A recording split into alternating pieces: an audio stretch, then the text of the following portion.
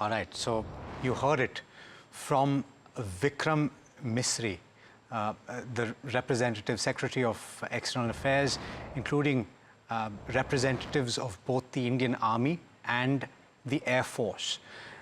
You saw the drone footage, and this is advanced warfare that is being done, and advanced targeting of specific targets. Very, very clear messaging that has come through. In fact, I can't recall the last time there has been such a briefing, and I'm pretty sure that that hasn't taken place in the past, where on a screen there is a display that tells you when an attack has taken place, and multiple attacks. It's enumerated, and it's specifically said that buildings or groups of buildings were targeted, and they have gone into the detail as to which establishments perpetrated which attacks on Indian soil over the course of the last several years, going back months and years. So you heard first from Mr. Mistry talking about what was perpetrated in Pahlagam. Of course, you had a very clear intent to destabilize the peace in that region and the future economic prosperity of that region. We're joined this morning by G. Parathasarthy, who is a former ambassador to Pakistan. Mr. Parathasarthy, thanks so much for taking the time, and I hope that you were able to listen in to the briefing that we just heard and the messaging that came through both from the armed forces and the administration, that this is a fitting reply to a very dastardly act that was conducted in the manner that it was conducted. It has taken a little time, and I think the time that was taken was in order to have a very clear and targeted response. Your opinion on how this stacks up to previous responses to terror attacks on Indian soil? Well, I've been handling these things when I was in Pakistan, or after I retired. I've come back and watched this past developments with Pakistan on television. But I must say that I have never seen before such meticulous efforts to ensure that the people of India are precisely told of what happened. And it is particularly, and I think a person who's really been behind the scenes and worked on it is the External Affairs Minister, Mr. Jaishankar. The fact of the matter is that the action taken was proportionate, decisive. Of course, naturally, the credit goes to the primary credit goes to the armed forces. And I would also like to give credit to a Pakistani friend of mine, Pakistan's Foreign Secretary, Asim Munir. We didn't have to do anything. He fought the battle propaganda-wise international by the rubbish he talked and the way he spoke. And mark that with the staid, balanced, and factual presentation of both defense and foreign ministries. So I think, you know, we sort of doing well in a conflict is not enough. It is important, I think, to focus on Pakistan, on the entire instigator and evil man of this crisis. It is the Pakistan Army Chief, Asim Munir. Going through Pakistan politics and knowing both the Sharif brothers, I can say Nawaz Sharif had his lessons after the follies of Kargil. His younger brother, now the Prime Minister, I've known is a very balanced man. And it is this crazy guy, and he doesn't even have the dignity of the upper foreign officers. At the height of Kargil, I met Musharraf. But there was a certain class in the presentation. So we should also thank God that we've got such a half-baked guy as the Pakistan's. So, and I think there was a strong effort in this last presentation to counter some of the discourse that has been perpetrated in the international media by spokespeople of the Pakistan administration and the armed forces. We're also joined by retired Captain Anil Gaur, defense expert. Sir, thanks so much for taking the time. This is the first time I'm witnessing. Okay, we'll come back. I believe we've lost that line. The point that I was making is, Mr. Parathasarthy, that this is the first time that I'm witnessing the evidence of drone strikes that is being played out to the public of India so that they know exactly what has been done, the messaging, and calling this Operation Sindoor, as opposed to anything else, to be very clear that this is a response, and a strong one at that, to what was perpetrated in Pahlagam. Do you think that this very cleanly counters all of the propaganda that was perpetrated by the other side? First of all, the Sindhu River has always been important to us because its tributaries pass into India. And therefore, it's important that it be dealt with, and dealt with firmly. I think we've all credit to the military. Particular credit needs, I think, also to be paid to the External Affairs Ministry led by Jaishankar. Yes. Which has really presented this. That point is made. That point is made, Mr. Parathasarthy. We're joined, as I mentioned, by retired Captain Anil Gaur this morning. Sir, thanks so much for taking the time. Hope you can hear me, and hope you've also witnessed, as we have, the proof and the evidence of the strikes that were undertaken by the Indian armed forces in a concerted move to counter terrorism across the border and emerging from that country. This is the first time we have witnessed it. Of course, you have probably witnessed similar action in the past. How would you comment on the nature of the response by the Indian armed forces? Alex, thank you very much. And my namaskar to Parathasarthy ji and your viewers.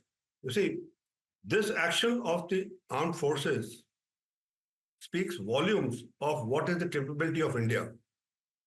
Now, when the armed forces have been given a free hand by the Prime Minister to sit down, plot a strategy, and he has given them his mind that, look, he wants the terror camps destroyed. He wants them finished. But he does not want any civilian casualty. He does not want any other casualties around or any other infrastructure destruction around these camps, what you say, or you say the buildings that are housing this. Now, most of this, like Bahawalpur and this Murdike, they are based in the masjids. So these things had to be taken into account by the armed forces very well. Now, we know, because I at least know, that yes, we have precision strike capability, which is now with the public, and you can see that the drones footage that you have seen.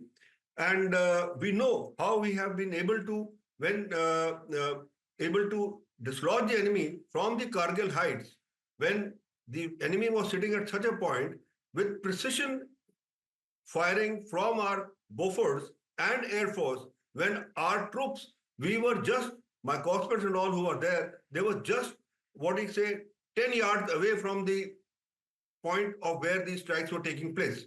So we knew the capability. What Pakistan does not know, but now it knows, the capability of the armed forces. We have that capability to have standoff engagement with Pakistan. We do not even have to enter their airspace or their land space. We have such weapons. We have our BrahMos, we have others, where we can easily take on Pakistan any time of the day or night, whenever they feel like. Now, the point is very clear. The strikes were against these terrorist camps, and no one can dispute that. Pakistan may keep saying, like I was seeing their DGSP, ISPR saying that, look, that in Bahawalpur, the attack took place and one small child of 3 years and 2 women were injured and all. But in reality, what is coming from Pakistan, from the social media, we have seen that there were people with long beards and who have been taken to the hospitals. And now what has come out is at least 90 of them have been killed over there. What the total count of all these camps that come out, what I feel, my assessment is we will have in the end at least 300 to 400 of these terrorists killed. Yes. Because we have attacked 9 of their camps, 9 of their training camps, and those training camps were right from, like what was said in the briefing, right from the indoctrination to their final, what you call the advanced camps. So they had these people everywhere in that. Yeah. And they were thinking very clearly that people are safe over here because they are in Bahawalpur. Yeah. It's not going to be attacked. They are in Murdigate. It's not going to be attacked. These things were in the mind of Pakistan, but India has shown its capability, and it has shown its capability to the world that, look, we are now a power which can take on such things very easily and with very precise precision without any collateral damage. Yes. Yes, it's an important point. Now, today, yes. I will say... Please go ahead, sir. I will say one more thing. Now, Pakistan has to take care of this Mullah Munir. I call him Mullah Munir because he is basically a product of the madrasas. His father was a cleric, and what he spoke to all his Parwasi, this Pakistanis, was just a mullah speech to them.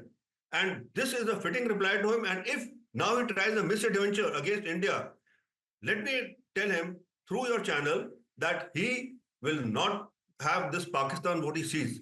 It will be in 5 parts. Baluchistan will be separate. Pakistan, the Punjab province will be separate. Sindh will be separate. The Khyber Pakhtun area will be separate. That will go off to Afghanistan. Pakistan occupied Jammu Kashmir will come back to Jammu Kashmir. So this is what is going to happen. Yeah. It is better that this fellow stops all this export of terror that they have done all these 75 years and now concentrate on building this. But I have one apprehension that this man may now stage a coup over there and become a martial law administrator like all of them have done. Yep. So this danger is also there. And if it happens, then we have to plan out for that too. Yes. We have to keep that in mind because I'm sure the planner, our Prime Minister and the others, NSA and all, they have already taken this into account. Yes. But this is one real danger which I feel like. Yes. So, yes, all important points that you're making, sir.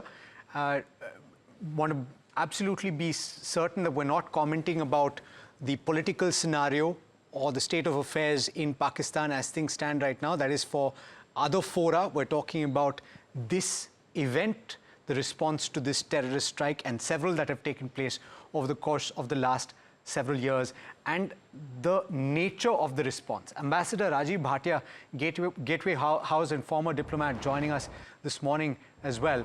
Mr. Bhatia, thanks so much for taking the time. I was mentioning to the other gentleman on the panel that this is the first time that we're seeing a response like this televised and showcased to the public of India, in a sense, to prove to everybody that is watching that there is no question that an attack has taken place, that a targeted attack has taken place. Explain to us the significance of this message in the global community and the right that India has to protect its national security and the lives of its people. Thank you very much. I'm not sure if I can add very much more to what Ambassador Parathasarthy would have already mentioned to you. But I would like to point out that there are 2 or 3 things which have struck me in a very significant manner. I think this is obviously an operation launched by India with considerable thought, and this is driven by our desire for self-defense. I think Foreign Secretary Misri made it clear that government has information that these terrorist groups were planning to launch further attacks on India. This was firm, reliable intelligence. So this is, first of all, to prevent further attacks. That is very important. Second, obviously, this is very much a response to what happened in Pahlagam, once again, in self-defense. And the third point, which is noteworthy, it is to deliver justice to the people who have suffered as a result of the massacre at Pahlagam. So taken together, the way the strike, the midnight, post-midnight strike has taken place.